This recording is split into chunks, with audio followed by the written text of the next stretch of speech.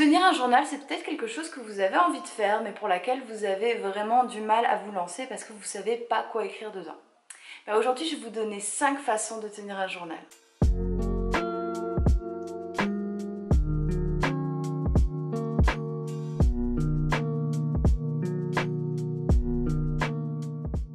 Alors moi j'ai toujours été fan de carnet, j'ai toujours adoré ça et j'écris, je tiens des journaux intimes depuis que j'ai 11-12 ans, quelque chose comme ça.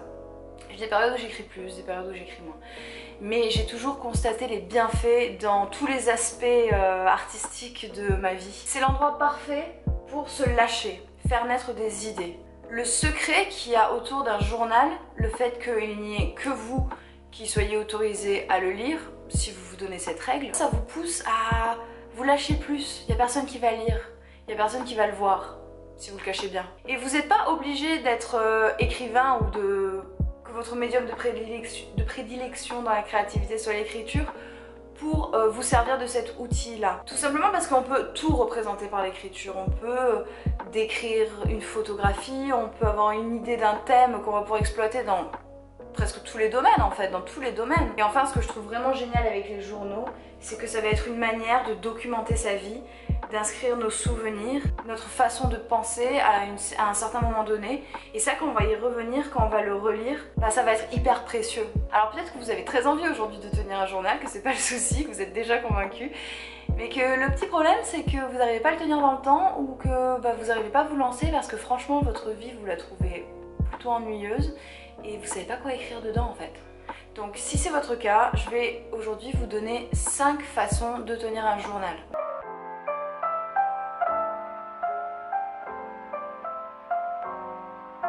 Alors vous connaissez peut-être déjà le concept de carnet de voyage.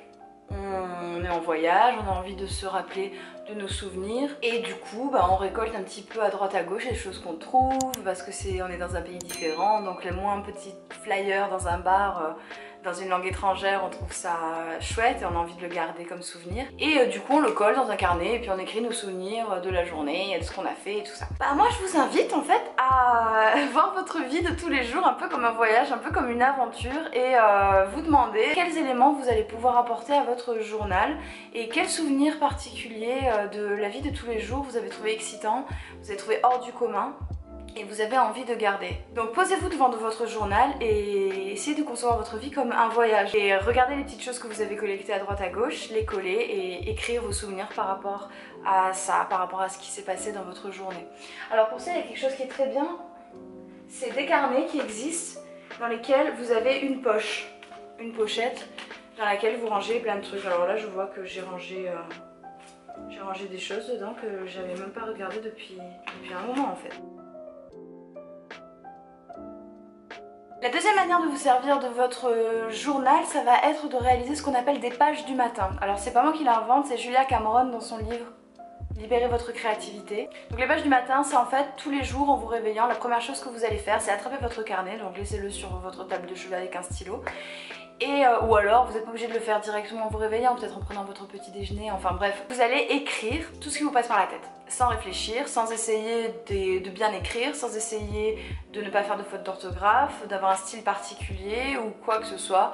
Juste écrivez, lâchez-vous, même si vous devez écrire je sais pas quoi écrire, je sais pas quoi écrire, je sais pas quoi écrire, je sais pas quoi écrire pendant 3 heures, et bien vous allez faire ça.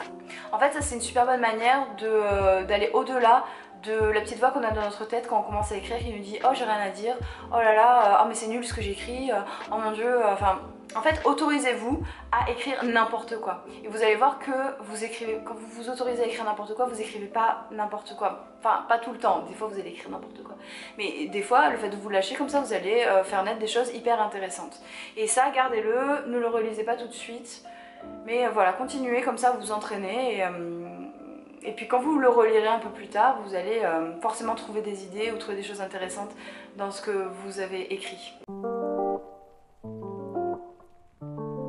Alors ensuite, je voudrais vous parler d'écriture automatique. Qu'est-ce que j'aime l'écriture automatique? L'écriture automatique, c'est un stade au-dessus. Ça part d'un peu le même concept que les pages du matin, mais c'est encore pire. C'est-à-dire que là, vous allez écrire tout ce qui vous passe par la tête, mais carrément dans l'absurdité la plus totale.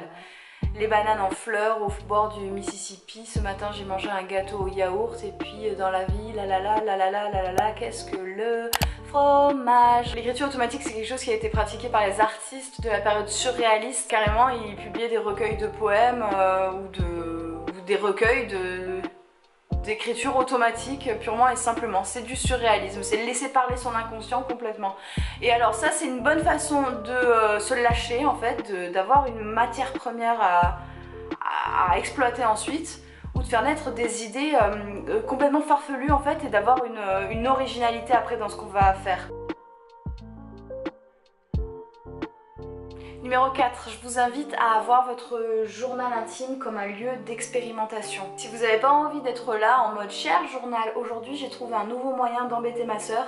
On dirait que je suis en train de lire le journal, mais rassurez-vous, j'avais pas vraiment écrit ça. Cassez ça.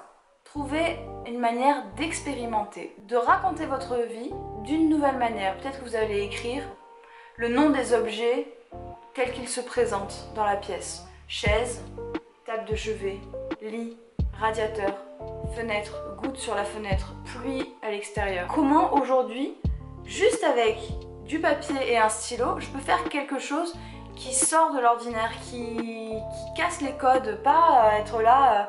Parce que moi personnellement, en fait c'est quelque chose qui me plaît pas d'être là. Aujourd'hui, j'ai été au marché, j'ai acheté des tomates. Ça ne m'intéresse pas parce que je m'ennuie en fait. Après quand je relis, je suis là, oui, ce jour-là j'ai été au marché, j'ai acheté des tomates. La 5e façon dont vous allez pouvoir vous servir de votre journal, ça va être comme d'un lieu où faire grandir vos idées. C'est-à-dire que vous avez envie de partir sur un thème, vous avez une idée pour créer quelque chose, que ce soit dessin, photo, musique. Au lieu de tout de suite aller sur votre instrument, partez de cette idée et écrivez par rapport à cette idée dans votre journal. Peut-être que vous allez essayer de trouver le champ lexical autour de l'idée principale, ou alors écrire vos pensées par rapport à cette idée, développer des intrigues, des histoires ou des points de vue. Décortiquez cette idée, faites-la éclore, faites-la grandir. Vous allez enrichir votre inspiration en faisant ça, vous allez donner plus de matière, plus de liberté. Et ensuite, quand vous allez passer sur la création à proprement parler, vous allez avoir déjà tout un univers qui aura été développé grâce à l'écriture dans votre journal. Et pendant que vous êtes en train de créer, vous allez toujours pouvoir revenir à ce texte que vous avez écrit et piocher des petites choses à l'intérieur et l'intégrer dans votre création. L'écriture nous permet d'avoir un lieu secret, rien qu'à nous, où on peut développer notre imagination à l'infini, où on peut se lâcher et garder une trace de notre évolution. Ne vous en privez pas, lancez-vous. En plus, incarner, c'est vraiment trop joli. Une vie créative, c'est tous les mercredis à 19 h. Du coup, je vous dis à mercredi prochain. Bye bye!